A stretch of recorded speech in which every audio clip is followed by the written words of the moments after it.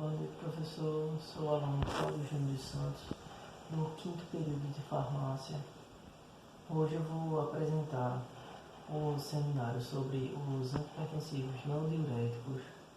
Então, meu grupo é formado só por mim, então eu vou falar um pouco sobre a indicação terapêutica desses fármacos, a estrutura molecular dele e a diferença entre alguns fármacos dessa estrutura molecular. Então, dando início ao meu seminário, a minha introdução sobre os medicamentos antipertensivos são o seguinte, porque são os medicamentos de uma classe de fármacos utilizados no tratamento da hipertensão e também na atuação de medicamentos na pressão arterial, ocorrendo sobre efeitos sobre a resistência periférica ou débito cardíaco ou alteração da pressão sistólica ou diastólica. O objetivo no tratamento da hipertensão arterial é a redução da morbidade e da mortalidade cardiovasculares. Assim, os antipertensivos devem só não reduzir a pressão arterial, mas também os eventos cardiovasculares fatais e não fatais que a gente convive com isso no nosso dia a dia. Então, essas classes de fármacos antipertensivos não diuréticos são representadas por 4 classes: a beta-bloqueador adrenérgicos, inibidores da enzima conversora da angiotensina, conhecido como IECA, bloqueadores do receptor de angiotensina e antagonistas dos canais de cálcio. Falando da primeira classe de medicamento, os beta-bloqueadores adrenérgicos, são fármacos de primeira e segunda geração. O seu mecanismo antipertensivo envolve diminuição inicial do débito cardíaco, redução da secreção de renina, readaptação dos vasoreceptores e diminuição das catecolaminas nas sinapses nervosas. Os fármacos de terceira geração, no caso do nebivolol, têm uma ação com função do aumento da síntese e liberação endotelial de óxido nítrico. Então, exemplos de fármacos dessa classe beta-bloqueador adrenérgico, esses fármacos são o atenolol, bisoprolol, carvedilol, metoprolol, nadolol, nebivolol e propanolol. Então, dessa classe de fármacos, escolhi 2 fármacos para falar um pouco sobre a indicação terapêutica e a diferença entre as 2 moléculas. Então, foi o atenolol e o propanolol.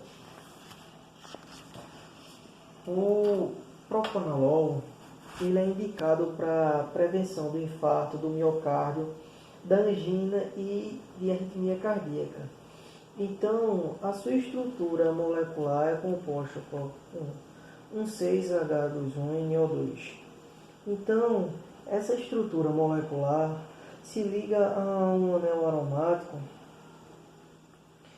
que contém isômero positivo e negativo. Então, nessa estrutura molecular, o isômero negativo é mais ativo do que o positivo. E já no atenolol, o atenolol ele é indicado para o tratamento da hipertensão, angina pectoris e arritmia cardíaca.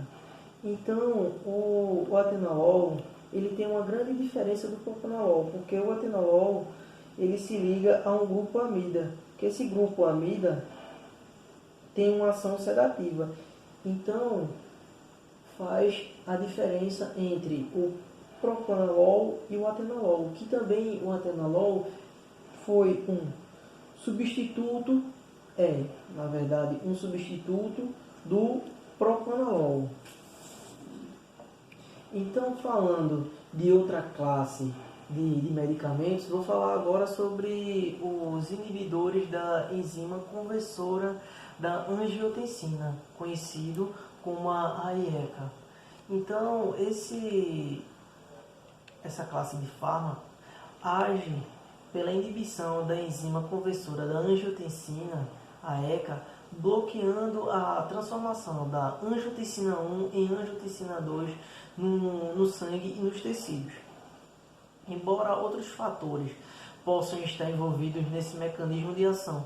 Então, exemplos dessa classe de fármacos são o benazepril, captopril, que é bastante conhecido mundialmente, o delapril, quinapril, ramipril, tadalafil e o enalapril. Então, dessa classe de fármacos, eu escolhi para falar agora sobre o captopril e o enalapril. O captopril é indicado no tratamento da insuficiência cardíaca e também no tratamento da hipertensão. A sua estrutura molecular é composta por C9H1, SNO3S. Então, essa estrutura molecular é capaz de se ligar ao tiol. Então, esse tiol é capaz de formar compostos orgânicos semelhantes entre si. Essa classe de fármacos, inibidores da enzima conversora da angiotensina, são fármacos que atuam sobre enzimas que podem ativá-las ou inibi-las. Então, falando do enalapril, ele é indicado para controlar a pressão alta ou melhorar o desempenho do coração. A sua estrutura molecular é C2H28N2O5. Então, essa estrutura molecular se liga ao éster, apresentando propriedades polares.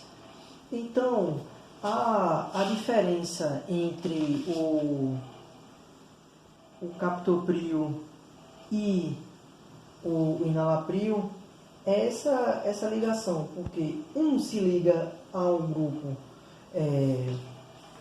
de ácido carboxílico e outro se liga ao grupo éster. E os dois se ligam ao grupo amida.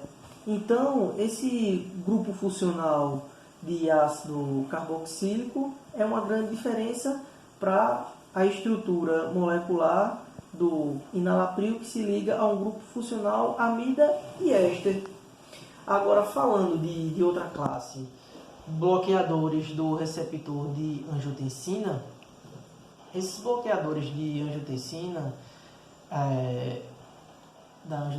antagonizam a ação da angiotensina 2 por meio do bloqueio específico dos receptores da angiotensina. Então, exemplo desses fármacos é o candesartana, losartana, valsartana, temilsartana, homelzartana e ibezartana. Então, falando da estrutura molecular desses fármacos, a indicação do losartana, ele é indicado para o tratamento da hipertensão arterial, e já a sua molécula se liga ao éster, imidazole e ao halogênio. Então, a sua estrutura molecular é composta por C22H2N3ClN6O. E esses fármacos, o losartana e o valsartana, possuem posologias diferentes. Estão na mesma classe terapêutica de fármacos, mas possuem posologias diferentes. O losartana atua como um antagonista não peptídico potente do receptor da angiotensina 2. Falando agora do valsartana, ele é indicado também para o tratamento da hipertensão arterial. E a sua estrutura molecular é composta pelo C2, 4H, 29N, 5O3. Então, essa molécula da estrutura química do valsartana permite paredes de elétrons livres nos átomos de oxigênio no grupo carboxílico e do nitrogênio do grupo tetrazol. Então, a diferença do losartana para o valsartana é porque a ligação da molécula do valsartana se liga ao amida e ao éster. E já do losartana se liga à molécula do éster, imidazole e do halogênio. Falando agora da última classe de medicação, os antagonistas dos canais de cálcio, eles têm uma ação antipertensiva que decorre da redução da resistência vascular periférica por diminuição da concentração de cálcios nas células musculares lisas e vasculares. Então, exemplos desses fármacos são a fenilaquininas, varapramil, benzotiazepinas, alodipino, felodipino e isradipina. Então, essa classe de fármacos, eu escolhi 2 fármacos para falar sobre eles, que é o felodipino e o nifedipino. Então, o felodipino ele é indicado para o controle da hipertensão. A sua estrutura molecular é composta por C18H19Cl2NO4. Então,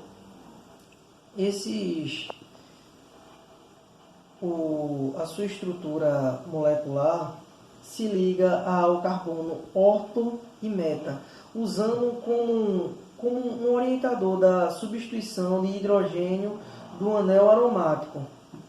Então, o nifedipino, ele já é usado, é indicado para a hipertensão, angina de peito estável,